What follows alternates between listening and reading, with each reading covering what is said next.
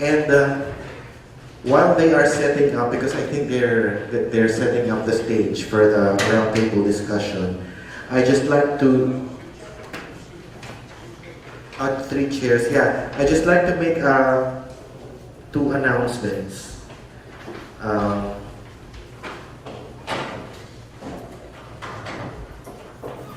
One, we'd like to already collect the evaluation forms right now. Our staff will go around and collect them. So I hope you're finishing up filling out the evaluation form. And the next announcement is our dinner for tonight is at 7 p.m. at the Evergreen Hotel where we're staying. Okay, so it's at the 2nd floor where we're having our breakfast. So we will see each other there at 7. And tomorrow we have a field trip. 8 a.m. is the assembly time. So please be in casual clothes for our field trip.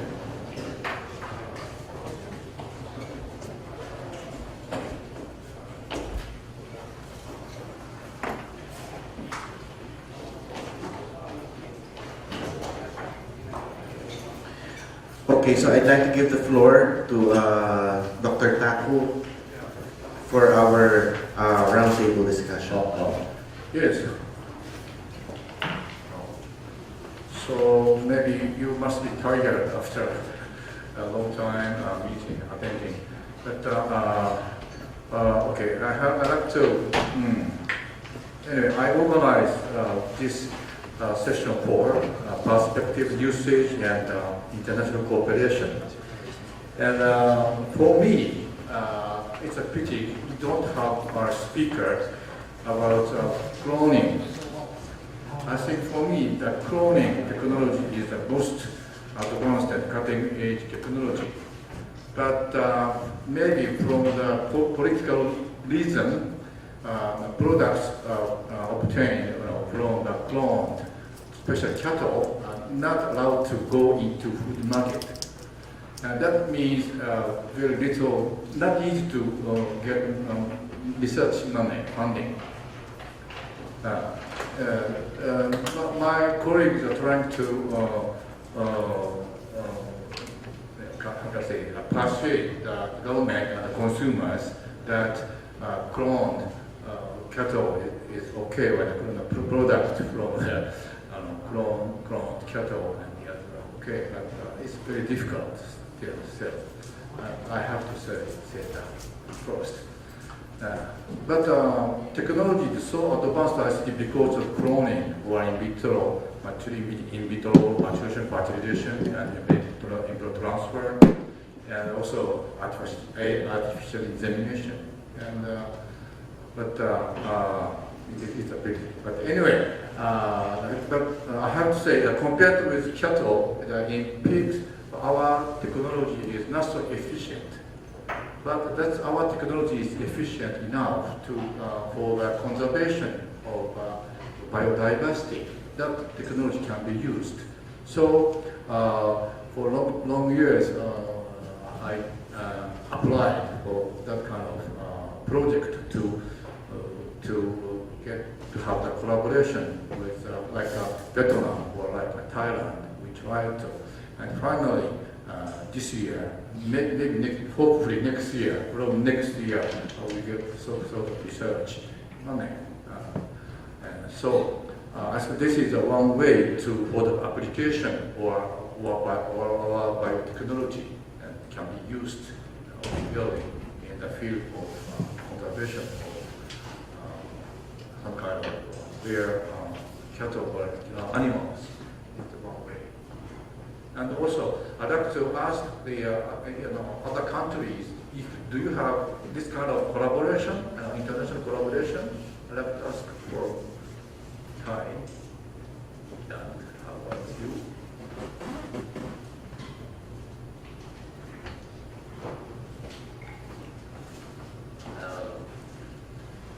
Actually, we have the collaboration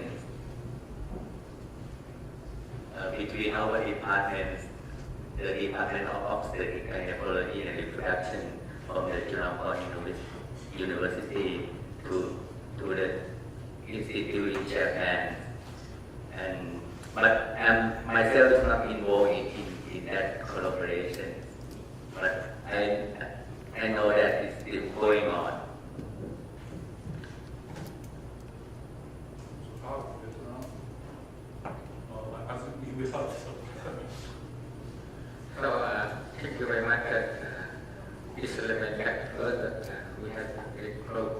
with many institutions in Japan, and so as we have successful with at least one project.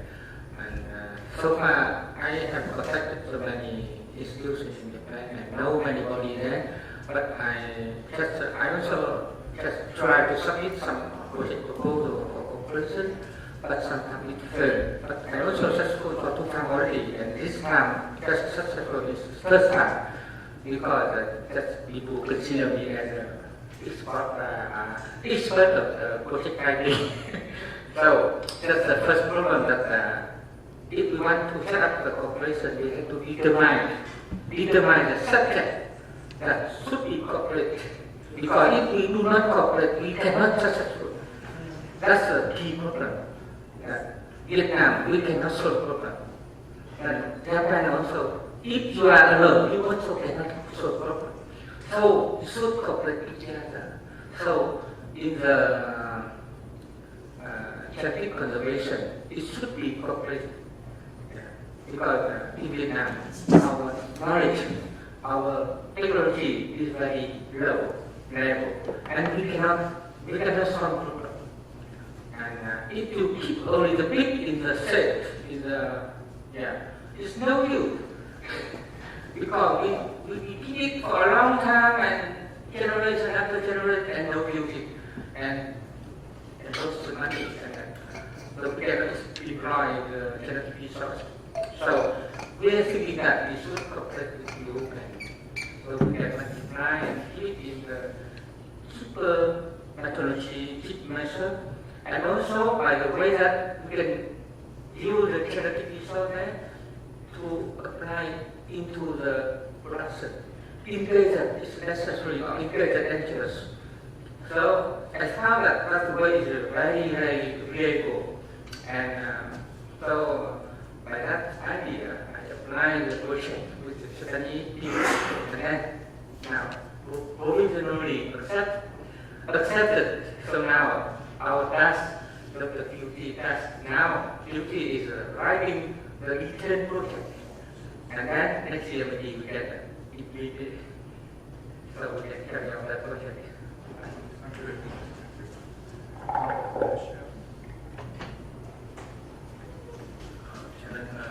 Malaysia, I think we have some genetics consideration, but mainly for cattle. We have a local cattle beef, but nothing more. We have to check. Basically, we have local cattle like Tainan and local engineering. But these are the areas that I know that conservation is taking place. Whereas like for pig farming and all that, we don't have we have the wild boar. Yeah, but that's basically it's more jungle. But we used to have what we call farms, pig farms under the government. But many years ago, these farms were all closed. So now pig farming is basically very commercial and run by the private sector. So basically, we don't have back 20 years ago, 10 years ago, we have pig farms, and then we do breeding, and we try to maintain it, conserve. But most of these farms is actually no more, they no more existing. So basically it's more ruinous. So that is the focus of the government, because Malaysia we don't have enough beef and milk, but we are self-sufficient in poultry and pork. So that's why we focus more. You have some kind of international collaboration?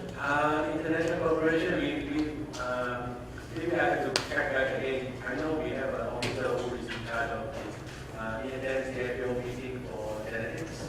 I'm sure there is some collaboration, and maybe I have to look back and see whether it is also what species. Then maybe I can come back. Thank you. So I think that NILGS has some kind of collaboration with Malaysia. You see? Yes. So I think that kind of collaboration, I think very important. No, in China, yes. With poultry, we have a veterinary research institute. On poultry, yes, with after the avian flu and all that, we have a big collaboration with Japan looking into bird flu. That has also been there for many Yes. So how about Philippines? Well, in regarding native animal resources in our country, I was informed you that we had organized a summit. In fact, this is now our second year. We call that the Philippine Native Animal Development Summit.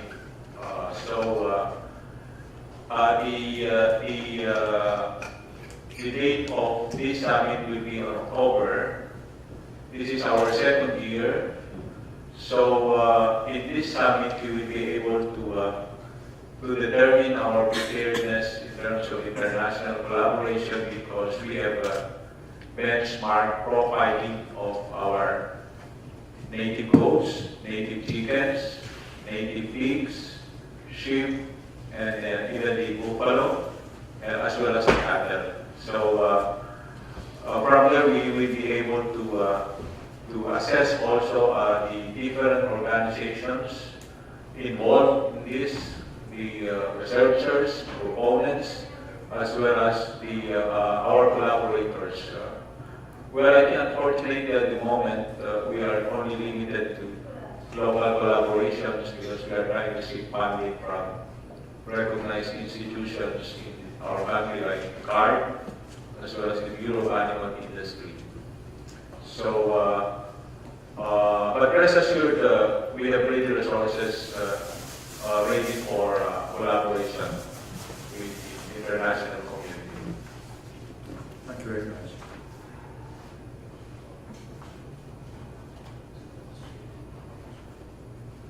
Okay.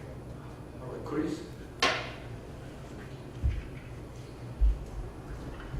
I'm not aware of any programs in place in Australia. I've had discussions with colleagues just to demonstrate the technology works for conserving rare genetics. But no work has been done in that area that I'm aware of. How about Sweden? But you have many students from Thailand. Yes, well, we have collaboration since many years with several countries, and involved in those things are areas where conservation biology is present. At the same time, we have been struggling to get projects concerned with crop preservation and gene banking. The problem is that most of the European Union is actually having an own program, and that means that most of the accessory programs are blocked to some extent.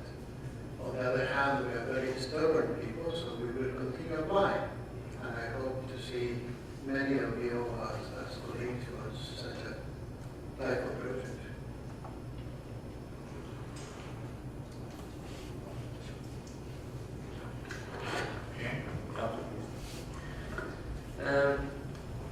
We have quite a lot of international collaboration, but it's mainly on project basis. So we have had projects, for example, in Bhutan, 2 or 3 projects where the people from Bhutan learned techniques on cryopreservation for poultry and geese, I think, sheep and the local cattle species, yak and bitu. But also my colleagues have trained people from all over the world in setting up gene banks and then technical aspects of it, how to prepare the semen and how to have a sustainable collection strategy, that sort of thing. Now the EU is also quite, the European Union is also quite proactive in stimulating contacts between EU countries, where especially on the sustainable use of genetic resources, that people learn from the countries, and that can come in from the angle of the local breeds, but also from the angle of the breeding flow input systems, and then plus partly that involves the same people, then the two objectives meet each other in the various research projects. Very specific to Bhutan. Also, it is a possibility to have that kind of collaboration with these core countries like our, maybe. So to start that kind of collaboration, so someone has to say something. The several projects that we have done with bilateral projects were funded by SKO. So they occasionally have funds available to connect countries with more advanced technology with countries with limited means. So that maybe is a suggestion to consider for some countries. Because I like your idea of grouping of small-scale farmers and improve the way of farming. I think to do that, maybe if we can have support from the country to countries, I think it's good because we need money to get out that kind of grouping. So, so if you have a chance to do that, please learn that and call for that. We have many farmers there, so please make a collaboration.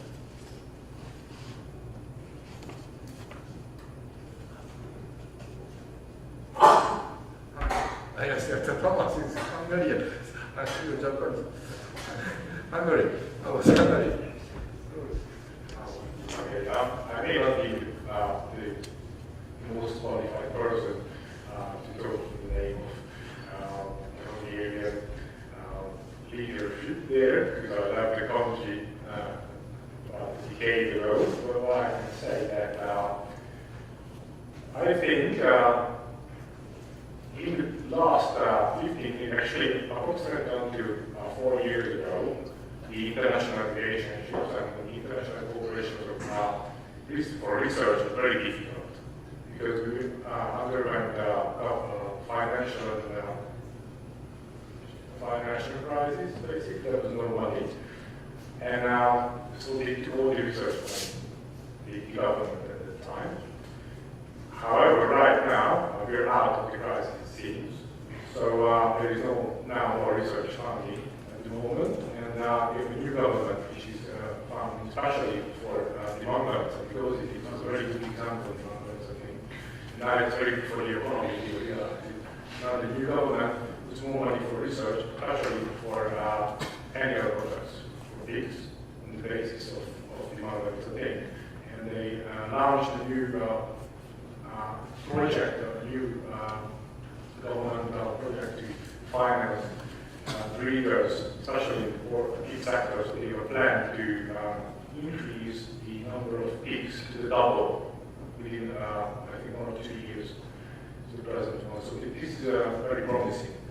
However, in the other species, such as native avian species, which we have in Hungary, I have no knowledge about international cooperation, only on the pigs, because of the right now. So I think that Yoji is trying very hard, so the leader of the Institute for Animal Breeding and Nutrition is trying to build a relationship between, especially between Lao and I think Vietnam as well, as far as I know. He has been trying for several years to make cooperation for saving the fatty pigs as involves the native pig breed. So there is a real, and I think in the future it will be a success.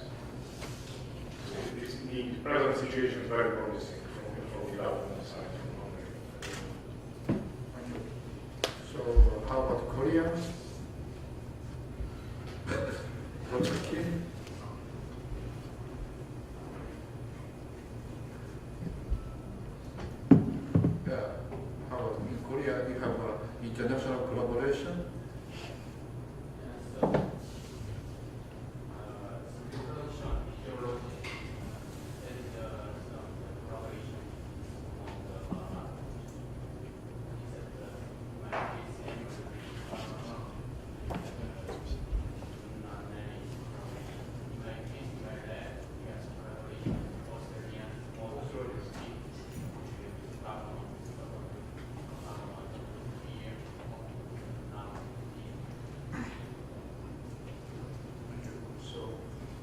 How about UK? Yes, I mean, we've prided ourselves in having lots of different breeds over the years. The big issue that I have with, so we have a lot of breeds to preserve, and that's actually can cause a big problem. Even within my own lifetime, we've lost 5 or 6 breeds of pigs, and several breeds being merged. So where there was breed lines, they're now, for instance, Saddleback. When I was a boy, it was called an Essex and a Wessex. But now it's referred to as the Saddleback because there just wasn't the pigs left. The big issue we would have is that all of this is under private interest groups. No government support. So the big issue that I have, as I look after several of these breeds as a veterinarian, is actually getting semen. It's having genetics being able to be moved around. One of the problems with that is that there's legislation because of our opinion. But I, as an independent person, cannot sell my semen to somebody else. It has to go to a ISA or a registered cert, and that causes major problems because the registered certs don't want to have a gloucester in the cert, and what are they going to do with it, and how they're making money out of it. So some of the problems that we're having is actually extremely small. And you worry about preserving some of these animals. So governmental institutes don't help. It's very interesting. No. The government that's not true. The government will say that it's very interesting. Is the government doing anything about it? No. I mean, they'll maybe freeze some stuff down in somewhere in Scotland and maybe nationalize it because we still have genetics. One of the big problems that I have, particularly with pigs, is what are we trying to preserve? I mean, these actually breeds are actually not very new and are not necessarily old. We have a lot of pigs. What are we trying to preserve? Are we trying to keep them as they are today? Are we trying to keep them as they were in the 50s? Are we trying to make them into something new? And this is one of the problems with various breeds is that we have the small line. Is it a pet breed? Is it supposed to be a baby breed? Is it supposed to be a cockroach? And this I think is a major problem. What you find, I mean, the matter is that what do we want, a hairy pig, or do we want a pig that's worth eating? Eating. Well, if you want a pig that's worth eating, the matter is that needs to be changed. And then, so what Yeah, but they like the flavor. Also, that is good productivity is very high. Well, that's right.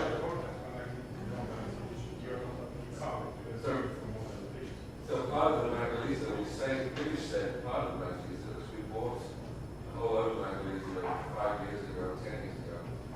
But when we put them into the market, they were taken very poor. I mean, we tried to introduce that flavor concept.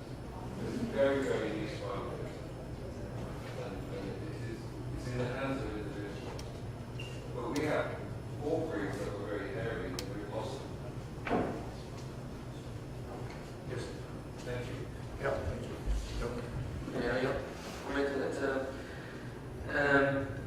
I think what's quite important is that some of these breeds, these local breeds, or many of them actually, have been selected for a very long period of time in a certain production environment, in certain conditions, with certain types of feed, and so they are very well adapted to very specific conditions. So I think, to answer part of John's question, is what I was trying to preserve is just that the ability to thrive in very specific conditions and producing a very specific product. So I think part of the sustainable use of those local breeds should also be that they are kept in those conditions. And then you have the story for the brand, because you have the genotype, you have the conditions, and you have the product. And that's quite a good combination to maintain. And then within the combination, you can try to optimize cost of production and make sure that it is a viable business proposition.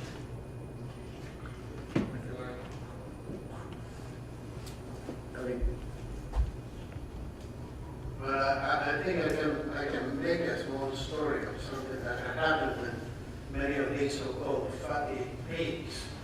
And the story actually starts, to say, about 20 years ago when a breed in Europe that was going to diminish to some extent and almost be on the brink of extinction.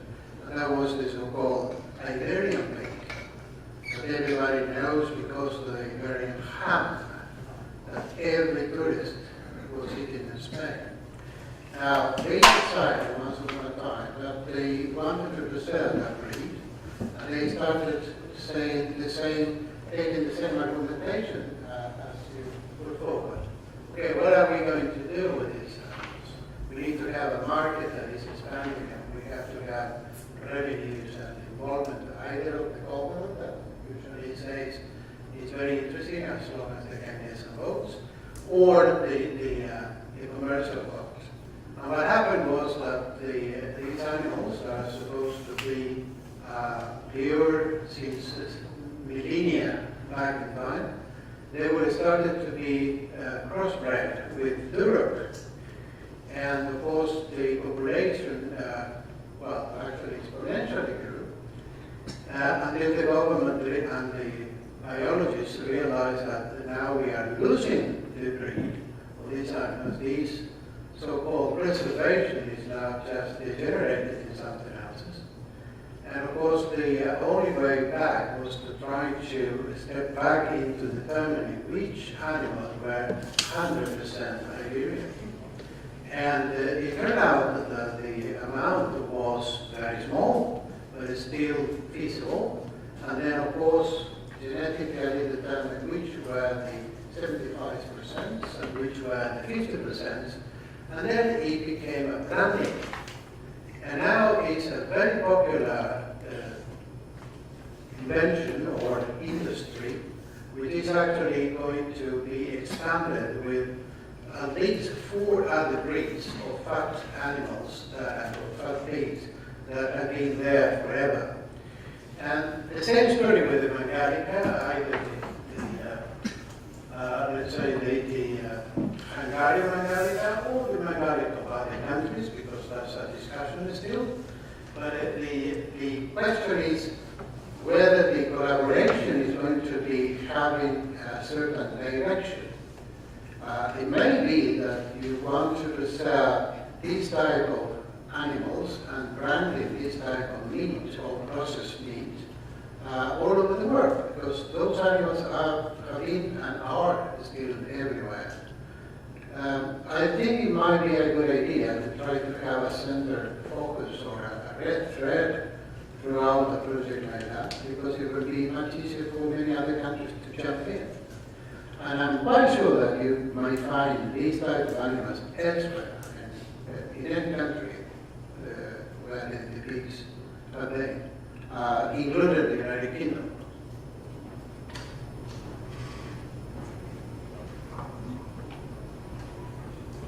Yes, John. Yeah, one of the things that I would like to encourage the group to think about, well, there's 2 things. One, the bottom line is that the pig lives in China, which she has enormous resources in genetics. And you look at European development of the pig over the last 400 or 500 years. Every so often we go to China, we test some pigs, and we come back and we make new breeds. The world would be a lot worse off if we don't protect China's native breeds. I know the place in China, like Yunnan University, they have a stock of so many breeds. They're doing many breeds, that's true. My other thing is that, again, from a nation point of view, we are unique opportunity in this part of the world, because it's not just Scotland. We have a lot of pigs that are very closely related to the sus pig. I mean, we have sus albinus in India, which is extremely, is likely to just disappear. And that animal needs to be preserved. We have in Malaysia, we have the Dewa, which is a unique animal that has an extra, well, the esophageal diverticulum is larger than in the normal cells. And that means that it could be able to slightly ruminate. Now, some of these pigs could have genes that we could use tomorrow. And we can't afford to lose, the Philippine pig, some of the Japanese pigs that are not so suffer.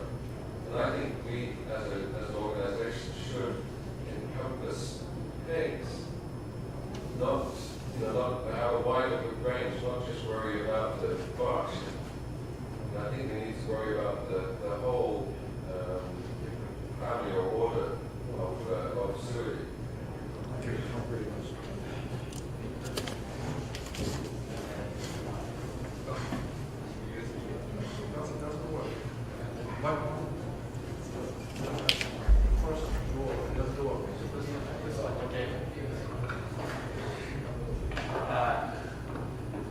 Actually, the FAO already raised three purposes of preservation, or we say conservation. First one, we talk about the current use and the future use. These two we already mentioned. And the third is culture, or the cultural preservation. Right? People raising pigs or raising any kind of livestock animals. So we also, during that history, we developed the culture in our livestock husbandry. So that's one of the purposes to preserve. And the future use, probably another change or something we cannot predict. So preserve those genes, like John already mentioned. Preserve those genes, and we know what kind of function of these genes work for. And that will help in the future when the environment changes. And for the current use, I think that's the most important thing. To have more money come back to the preservation. Thank you very much for your comment.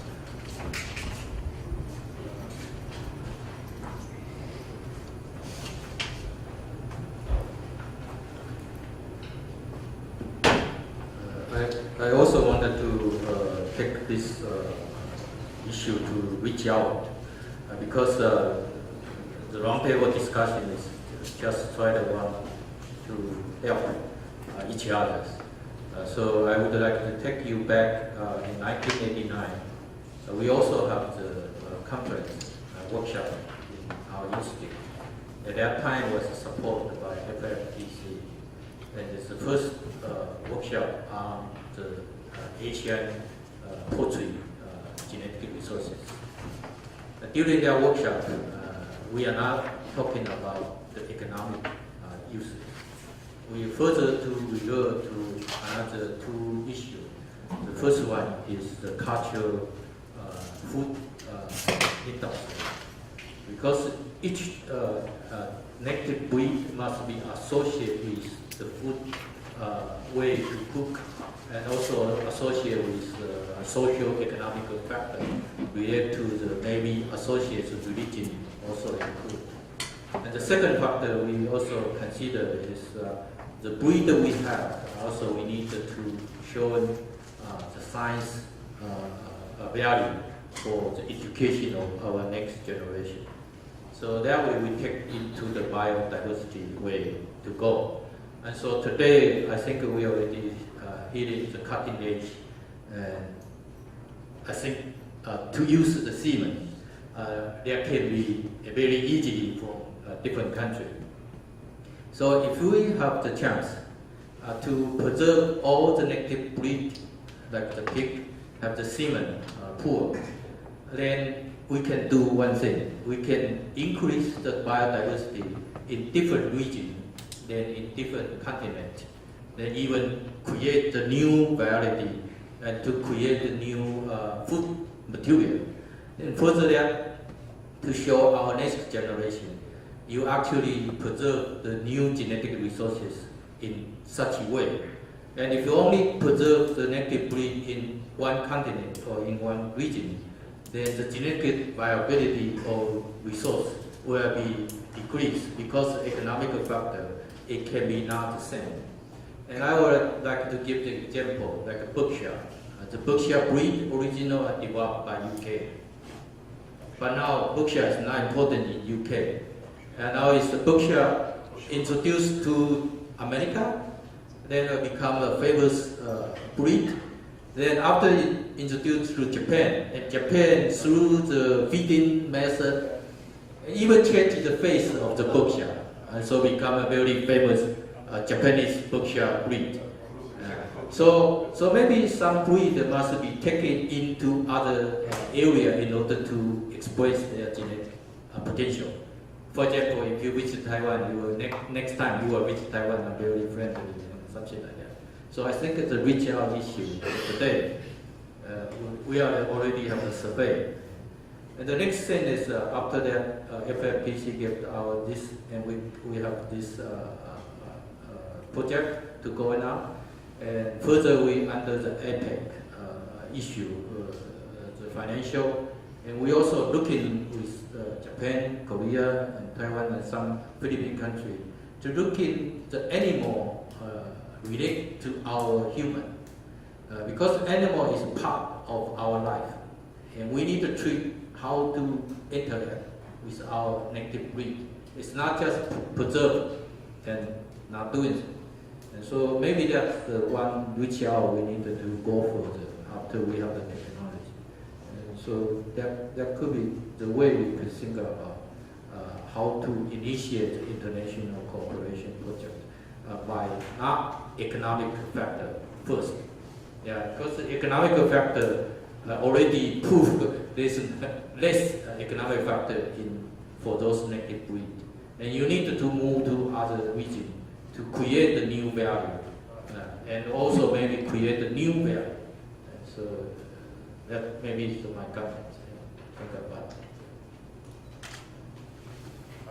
Not like a comment, like a conclusion.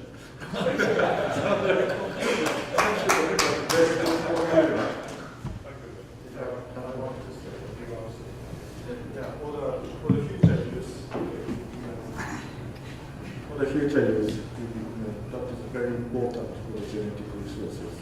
So as shown by me, we have the gene bank.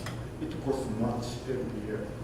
The officer from the Ministry of Finance comes to our institute to check the balance every year. So they ask us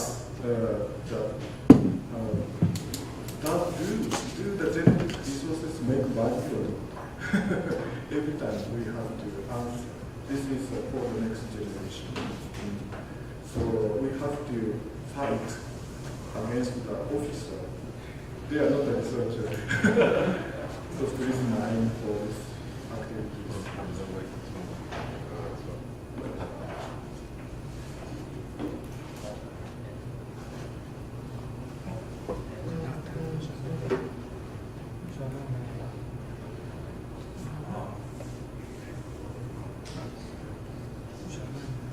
At least a temporary contact person, different country.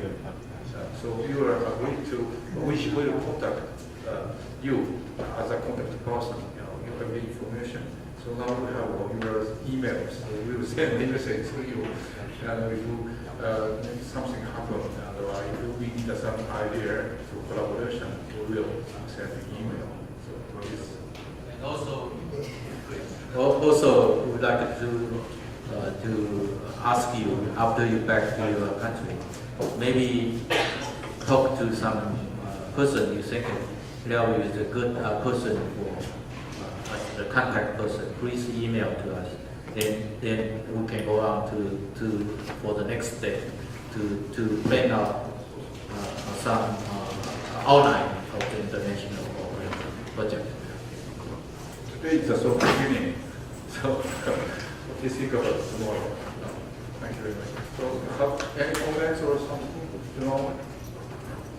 Something to say? Yes? No? Okay, so yes, you do. Sure.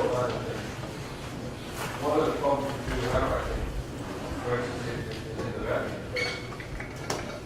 is a real struggle to get people interested. Somehow we've got to make this animal a lot more interesting to young people. We need to provide hope here. I mean, I've got an answer, I'm just saying. I teach 100 students, one might be interested. With a major resource of food on this planet, we've got some major problems. We've got to make this animal. It's exciting. We've got to figure out how to do it. Good comment. Good comment. There will be 8 more. But the last thing, I want to show the pig.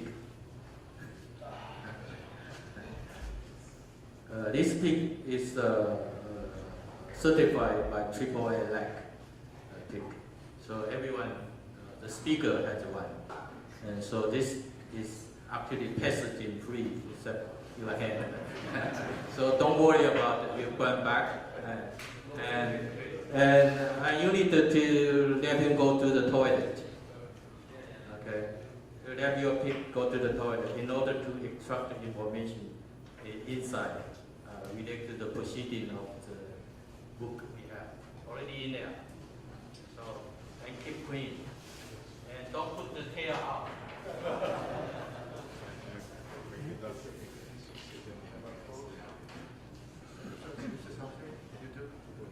So now this is time to close this symposium, and I'd like to thank for you, especially for everybody to participate in this symposium. Thank you very much. Thank you very much, and that brings to a close our satellite symposium on cutting-edge reproductive technologies and perspectives for their usage in swine. We'd like to thank NARO, and we'd like to thank also TLRI for all their help in making this possible. And I'd also like to thank my colleagues in FFPC for all their hard work in making this possible. To Dr. Tsai and to all our other colleagues in FFPC. So, my final announcement, dinner is at 7 o'clock, and tomorrow 8 o'clock assembly in the lobby. We're going to have our educational trip. Thank you very much. This has been Ronald from Nagai.